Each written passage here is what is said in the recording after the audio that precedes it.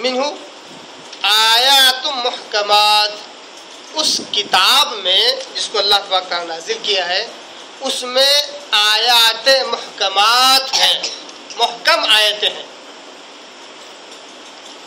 محکم آیتیں، ہن ام الکتاب، اور یہ جو محکم آیتیں ہیں یہی اصل کتاب کی جان ہے، ام الکتاب یعنی یہی اصل کتاب کا مغز ہے، یہی اصل کتاب ہے۔ ام الکتاب مطلب اصل کتاب، ام اصل کے معنی میں عربی میں استعمال ہوتا ہے، اصل، کسی چیز کی اصل، کسی چیز کی بنیاد اگر بتلانا ہو تو لفظ ام استعمال کرتے ہیں، اسی وجہ سے ماں کو بھی ام کہتے ہیں کیونکہ وہ اولاد کی اصل ہوتی ہے۔ تو یہ جو آیات محکمات ہیں یہ کتاب کی اصل ہیں، وَأُخَرُ مُتَشَابِهَاتٌ،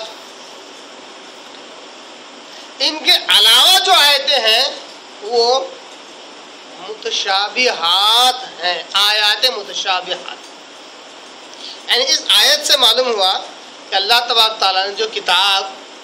نبی محترم صلی اللہ علیہ وسلم پر نازل کی ہے اس میں دو قسم کی آیتیں ہیں، ایک آیات محکمات اور دوسری آیات متشابہات۔ آگے اللہ کہتا ہے فَأَمَّا الَّذِينَ فِي قُلُوبِهِمْ، اب لہذا جو لوگ، اما یعنی اب لہذا جو لوگ، الَّذِينَ فِي قُلُوبِهِمْ جن کے دلوں میں ہے زیغن، کجی، ٹیڑھ پن، جس کو کہتے ہیں عام طور پر کہ نیت میں خطرہ تو جھولی میں پھترا، یعنی کہ جن کے دلوں میں ہی اصل بیماری ہے، جن کی نیتیں خراب ہیں، کسی چیز کو سمجھنے کے لیے نیت بھی صاف لگتی ہے، بالخصوص اللہ کتاب کو سمجھنے کے لیے نیت بھی صاف لگتی ہے، تو اللہ کہتا ہے فَأَمَّا الَّذِينَ فِي قُلُوبِهِمْ، اب بے شک وہ لوگ جن کے دلوں میں کجی ہے، جن کے دلوں میں ٹیڑھ پن ہے، فَأَمَّا الَّذِينَ فِي قُلُوبِهِمْ زَيْغٌ فَيَتَّبِعُونَ، کہ یہ کیا کرتے ہیں؟ اتباع کرتے ہیں، پیچھے چلتے ہیں، کس چیز کے؟ مَا تَشَابَهَ مِنْ، جن آیتوں میں انہیں شبہ پیدا ہوتا ہے۔ اللہ اکبر، کیا بہترین بات اللہ تبارک تعالیٰ کہہ رہا ہے۔ میں تو کہتا ہوں صرف اس ایک آیت پہ اگر آج کا وہ مسلمان جو قرآن پڑھتا ہے، سمجھ کر پڑھتا ہے، اس کے لیے بڑی زبردست رہنمائی ہے۔ اگر وہ چاہتا ہے کہ اللہ کی کتاب پڑھے اور ہدایت پر ہی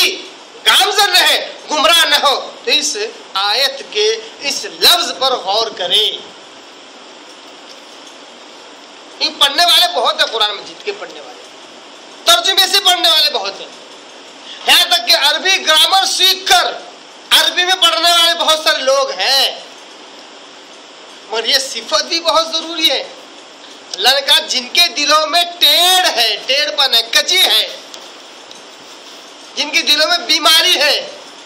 جن کی نیتیں صاف نہیں ہے، وہ کیا کرتے ہیں؟ ما تشابہ منہ، اس چیز کے پیچھے پڑ جاتے ہیں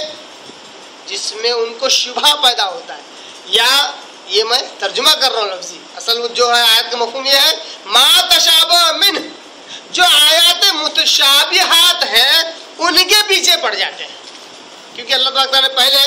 دو قسم کی آیتیں بتلائے، آیات محکمات، دوسرا آیات متشابہات۔ اللہ کہتا ہے جن کے دلوں میں کجی ہے،